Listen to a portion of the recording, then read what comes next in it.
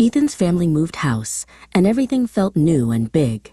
The park was new, the school was new, and even the air smelled new. Ethan felt very small. It was hard to smile when he didn't know anyone. Making new friends felt as impossible as catching a cloud. Ethan felt a heavy, lonely feeling deep in his chest. But Ethan had a secret, fluffy comfort. His cat, Milo, was as big as a tiny pillow and just as soft. Milo was always, always close by. When Ethan felt sad, Milo would jump up, circle once, and settle with a rumbling, comforting purr. He was Ethan's best, quietest friend in the new town. One sunny Saturday, Milo darted through the open front door. "Milo, wait!" cried Ethan, running after him. Milo was never usually that fast. Milo didn't stop until he reached the path near the park.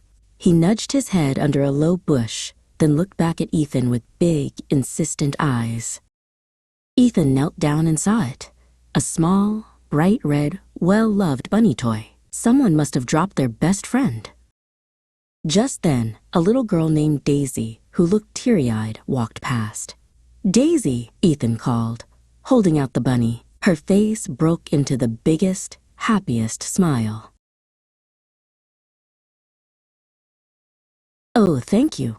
Thank you," Daisy chirped.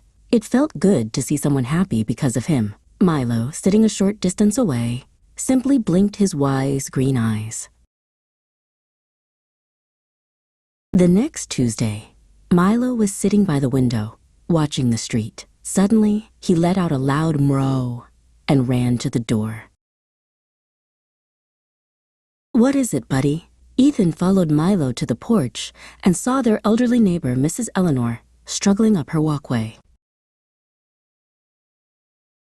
Mrs. Eleanor's bags were heavy with groceries. One slip and everything would tumble. Milo gently nudged Ethan's leg, pointing with his head. "Oh, thank you, dear boy," Mrs. Eleanor said, sighing with relief. "You have a good heart. Please, come inside for a moment." In her cozy kitchen, Mrs. Eleanor gave Ethan 2 warm, homemade chocolate chip cookies. They were the best he had ever tasted. Milo was not in the kitchen. He was already back home, waiting by the front door, looking like a cat who knew his job was done. Ethan started to notice a pattern. Milo would guide him, and Ethan would help. Each small kindness made his own lonely feeling shrink a little. But one afternoon at school, the biggest heart needed fixing. Ethan saw Milo, who had somehow followed him, sitting next to a boy crying on a low wall. Ethan quietly sat down next to the crying boy, Alex. Milo's purr was a deep, steady buzz between them. Ethan didn't say anything, he just waited. Finally, Alex sniffed and shared that his brand new science project had broken on the bus. Ethan immediately knew what to do. Together, they found the missing pieces and carefully fixed the model. The knot of sadness in Alex's heart loosened. Ethan looked at Milo, who was now stretched out on the sunny grass.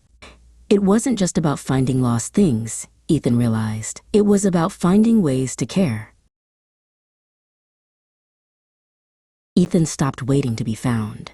He started looking for others who needed a little help, a kind word, or just a quiet, friendly presence.